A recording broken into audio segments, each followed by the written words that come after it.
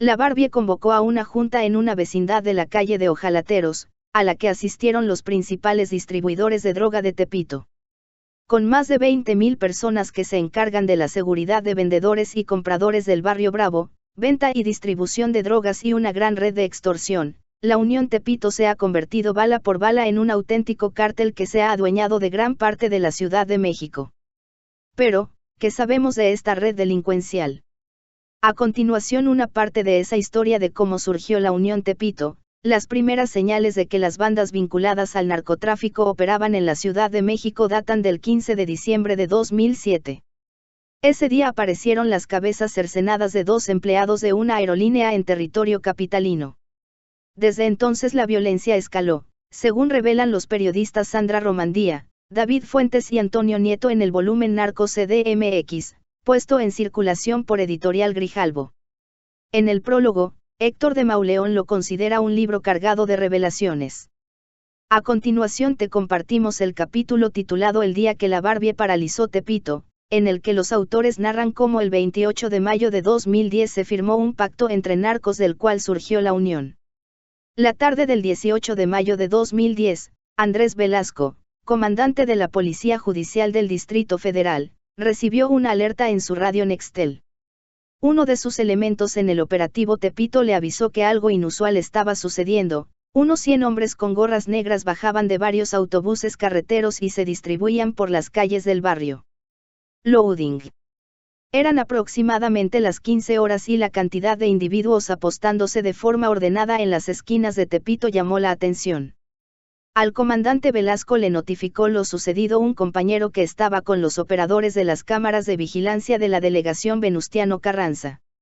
Le detalló que los sujetos parecían tener muy claro dónde pararse, separándose de manera ordenada en grupos de 4 o 5. El comandante, que llevaba más de 30 años de servicio, decidió acudir al lugar con algunos de sus agentes. En Tepito las cosas extrañas se vuelven un paisaje común, apenas perceptible, tanto para sus habitantes como para los policías que han trabajado durante mucho tiempo en la zona. Pero esta vez la escena resultaba desconcertante no solo por el número de hombres cuya insignia de identificación eran las gorras negras, sino porque al paso de los minutos no hicieron absolutamente nada más que estar de pie, sin platicar entre ellos, como si esperaran algo. Tampoco parecían demasiado atentos, a decir del comandante Velasco. No había señales de intranquilidad en su comportamiento. No portaban armas de fuego, al menos no a simple vista. Algunos traían cangureras o lentes de sol, nada más. Cuando el comandante Velasco se dirigía al sitio en una patrulla de la Procuraduría Capitalina, el mismo agente que le dio aviso precisó que el grupo más numeroso de sospechosos se hallaba sobre la calle Ferrocarril de Cintura. Otros se colocaron en las calles Hortelanos, Panaderos, Mineros y Ojalateros, mientras los autobuses permanecían con los motores encendidos en el eje 1 Norte, que marca el inicio del barrio desde Paseo de la Reforma, la avenida más simbólica de la Ciudad de México. Velasco ordenó vigilar a distancia. Cada 5 minutos comunicaba novedades a sus superiores, incluyendo a Raúl Peralta Alvarado, quien tenía unos días de haber sido nombrado jefe general de la corporación por Miguel Ángel Mancera, entonces procurador de la ciudad. Velasco también reportaba a Carmen Núñez Vélez, titular del Estado Mayor Policial, el área de inteligencia de la Procuraduría. La instrucción era permanecer en clave 6, es decir, pendientes. Sin embargo, las horas se fueron consumiendo sin que nada sucediera. Los hombres simplemente seguían ahí, indiferentes a las patrullas de la Secretaría de Seguridad Pública local que iban y venían, al paso constante de vecinos, comerciantes y taxistas. Las cámaras de la delegación los enfocaban, hacían acercamientos para detectar si portaban armas, se dirigían de un grupo a otro sin que sus operadores descubrieran algo ilegal. La incertidumbre comenzó a inquietar a los jefes de Velasco. Después de que el jefe de gobierno Marcelo Ebrard colgó el teléfono tras hablar con su procurador, el nerviosismo se contagió a través de la cadena de mando. Pero el comandante Velasco llevaba tantos años en la policía que solía decir que la única persona que lo podía perturbar era su mujer. Había estado suficiente tiempo en Tepito como para tener decenas de informantes, pero esa tarde ninguno le contestaba la llamada. Ya habían transcurrido un par de horas y nada cambiaba. Velasco seguía reportando, pero cada vez con menos frecuencia. De pronto le pareció extraño que sus superiores le ordenaran, casi como advertencia, no comentar nada con personal de las autoridades federales. Entonces Velasco comprendió, los sujetos muy probablemente eran integrantes de un grupo de narcotráfico, pero qué chingados estaban haciendo ahí, recordó en una charla para esta investigación. Por fin, uno de los soplones de Velasco le contestó el teléfono. Se oía cortante y lo único que le dijo fue que varias personas se presentaron en 2 vecindades de la calle Ojalateros. 3 entraron y el resto se quedó afuera. No quiso precisar el número que marcaba la vecindad, pero Velasco sabía que en Ojalateros habían vivido algunos de los capos más notorios de Tepito. Él mismo había entrado en esos sitios muchas veces. Desde afuera, las viviendas se veían sucias, viejas, cavernosas, por las noches apenas las iluminaban los altares a la Santa Muerte y San Judas Tadeo. Adentro generalmente resguardaban cargamentos de aparatos electrónicos robados, joyas, animales exóticos, botellas de alcohol fino y, por supuesto, paquetes con cocaína o marihuana. Además, los departamentos que alguna vez alojaron a los capos durante su infancia, ahora eran oficinas con conductos secretos para conectarlas con otras viviendas, bajo resguardo de celosos sicarios y halcones. Algunas estaban equipadas como salas de juntas similares a las de cualquier empresa de medio pelo para arriba. Tenían largos sillones de cuero, mesas de caoba, pantallas de televisión, cocina y cantina con las bebidas más lujosas. Loading. Velasco empezó a convencerse de que el grupo que llegó al barrio no iba a cometer ningún secuestro ni ningún asesinato, de otro modo lo hubieran hecho lo más rápido posible. Esa tarde no iba a haber balazos sino algo más relevante, aunque menos definitivo que la muerte que causan las armas, un pacto entre narcos. Cuando la noche cayó en Tepito, el comandante Velasco recibió 2 llamadas en un lapso de 15 minutos. La primera fue de su mando inmediato, quien le ordenó acercarse a los sospechosos y averiguar algo, lo que fuese. Velasco delegó el mandamiento y 2 de sus agentes a bordo de una patrulla de la Procuraduría atendieron su solicitud. Un par de minutos después, uno de ellos le marcó a Velasco y le dijo algo que lo sorprendió. Los individuos con gorra eran parte del equipo de un líder de comerciantes y aguardaban la orden de tomar el eje 1 norte para protestar contra algunas medidas del gobierno de Marcelo Ebrard contra el ambulantaje. Al menos eso les quisieron hacer creer, le recalcó el policía al comandante. Como el bloqueo de la vía no se hizo, ya solo estaban esperando la salida de su patrón. Velasco preguntó si tenían acento de otra entidad del país, a lo que el judicial contestó que no, pero que definitivamente no eran del Distrito Federal, pues no supieron decir ni en qué calle estaban parados. La segunda llamada llegó unos 15 minutos más tarde. La nueva instrucción era no volver a acercarse, hacer 14, es decir, retirarse y por ningún motivo asentar el hecho en ningún informe. Velasco se comunicó con un amigo del Grupo Especial de Reacción e Intervención y le preguntó si también a ellos les habían ordenado irse. Si a ellos los mantenían en sus puestos no significaría otra cosa más que un operativo. Pero su amigo le respondió que también debían retirarse e inclusive bromeó con la posibilidad de haber pasado a la historia como los policías que participaron en el tiroteo más cabrón que haya ocurrido en la capital. A las 21:20 horas de ese 18 de mayo de 2010, las cámaras delegacionales captaron por última vez al grupo de hombres con gorra. Ninguno usó su celular, el mandato se pasó de voz en voz, desaparecer de Tepito. Subieron a los autobuses y un reducido grupo hizo lo propio a una caravana dorada y a una pick-up blanca.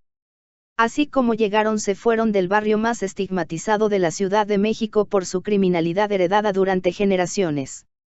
Días después, contó el comandante Velasco, vio al informante que le respondió el llamado cuando averiguaba qué hacían ahí los forasteros. Le confirmó que estaban cuidando a un toro, una expresión originaria del norte de México para referirse a un mafioso de alto vuelo. El soplón insistió en que se trataba del mero toro. Cuando Velasco lo presionó, su interlocutor cedió y le dijo a regañadientes el nombre del sujeto, como si hubiera esperado un pago por la información. ¿Quién era, pues? La Barbie, ese que trae vuelta loca a la federal. Edgar Valdés Villarreal, la Barbie, era uno de los narcotraficantes más buscados del país. De acuerdo con pesquisas de la PGR, el capo nació en Estados Unidos y vivió su infancia en Laredo, Texas.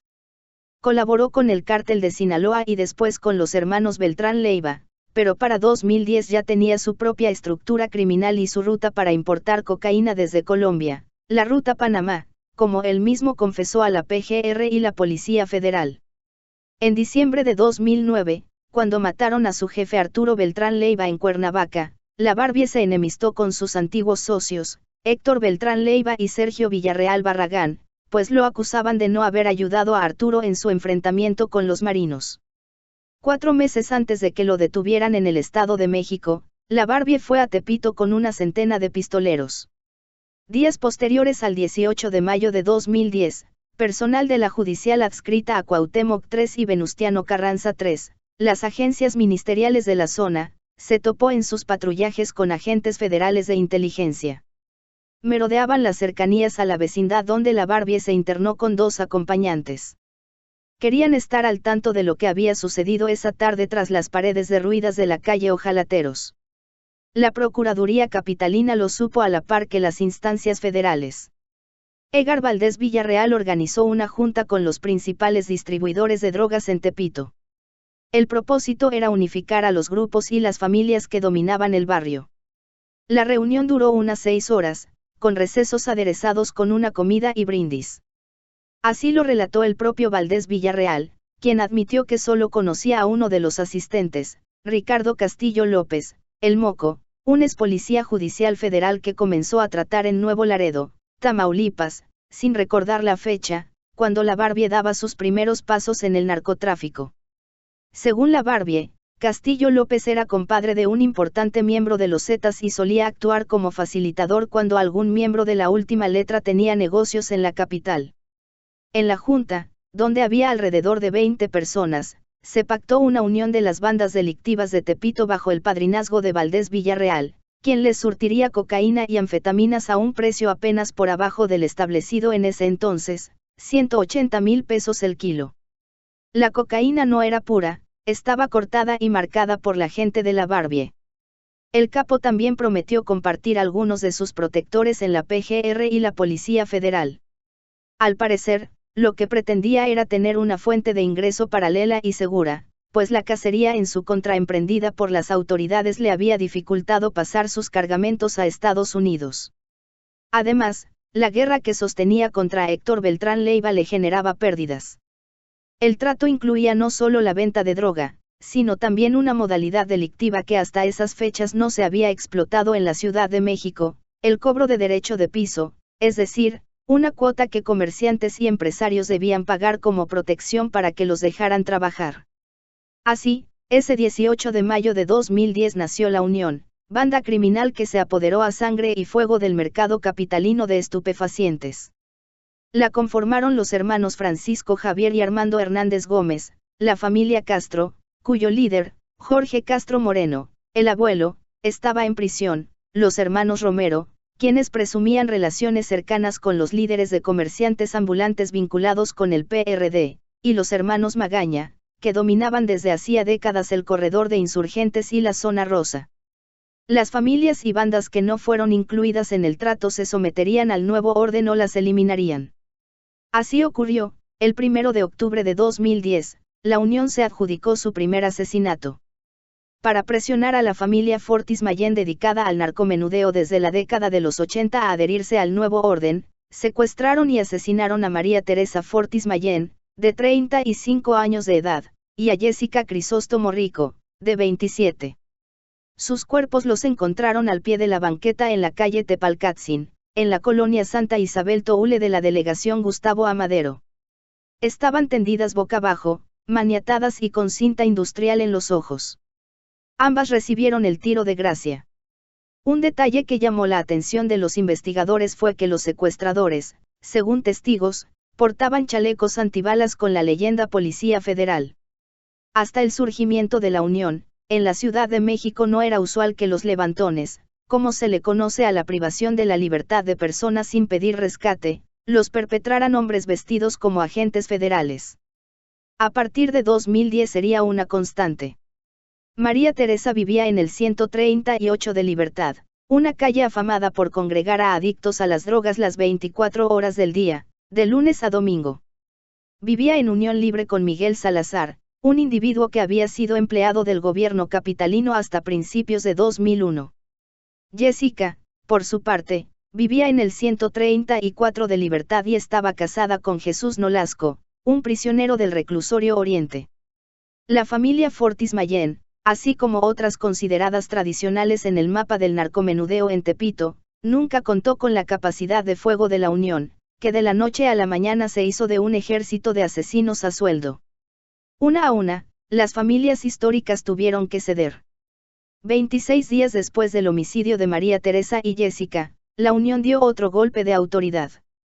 Eran las 18:30 horas cuando un grupo de jóvenes se reunió afuera de una tienda de abarrotes frente al 130 de Granada, esquina con Avenida del Trabajo, en Tepito. Ese 27 de octubre llevaban esculturas de San Judas Tadeo y playeras alusivas al santo de las causas perdidas, cuya fiesta comenzaría a medianoche. Habían bebido cerveza y fumado marihuana. Estaban por partir hacia la iglesia de San Hipólito, ubicada en Paseo de la Reforma y Avenida Hidalgo. Como ellos, miles de adeptos a San Judas peregrinan una vez al mes desde sus casas a San Hipólito en un acto de fe.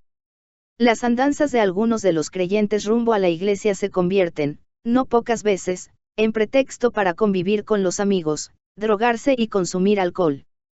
La tarde del 27 de octubre, aquellos muchachos no caminaron ni siquiera una cuadra en la peregrinación.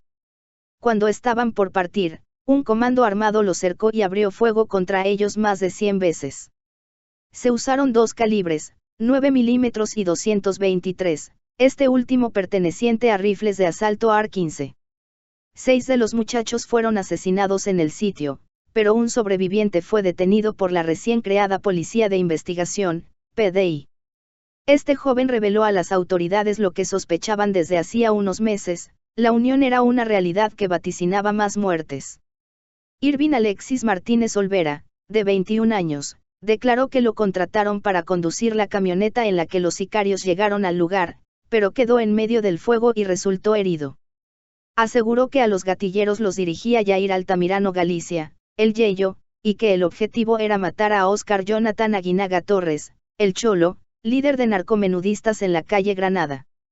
Desde hacía algunas semanas, relató Irving, el Cholo estaba nervioso. Dormía con una Glock 9 milímetros bajo la almohada porque vivía bajo amenaza de un nuevo grupo, la Unión, el cual había asesinado a 2 mujeres del barrio, María Teresa y Jessica.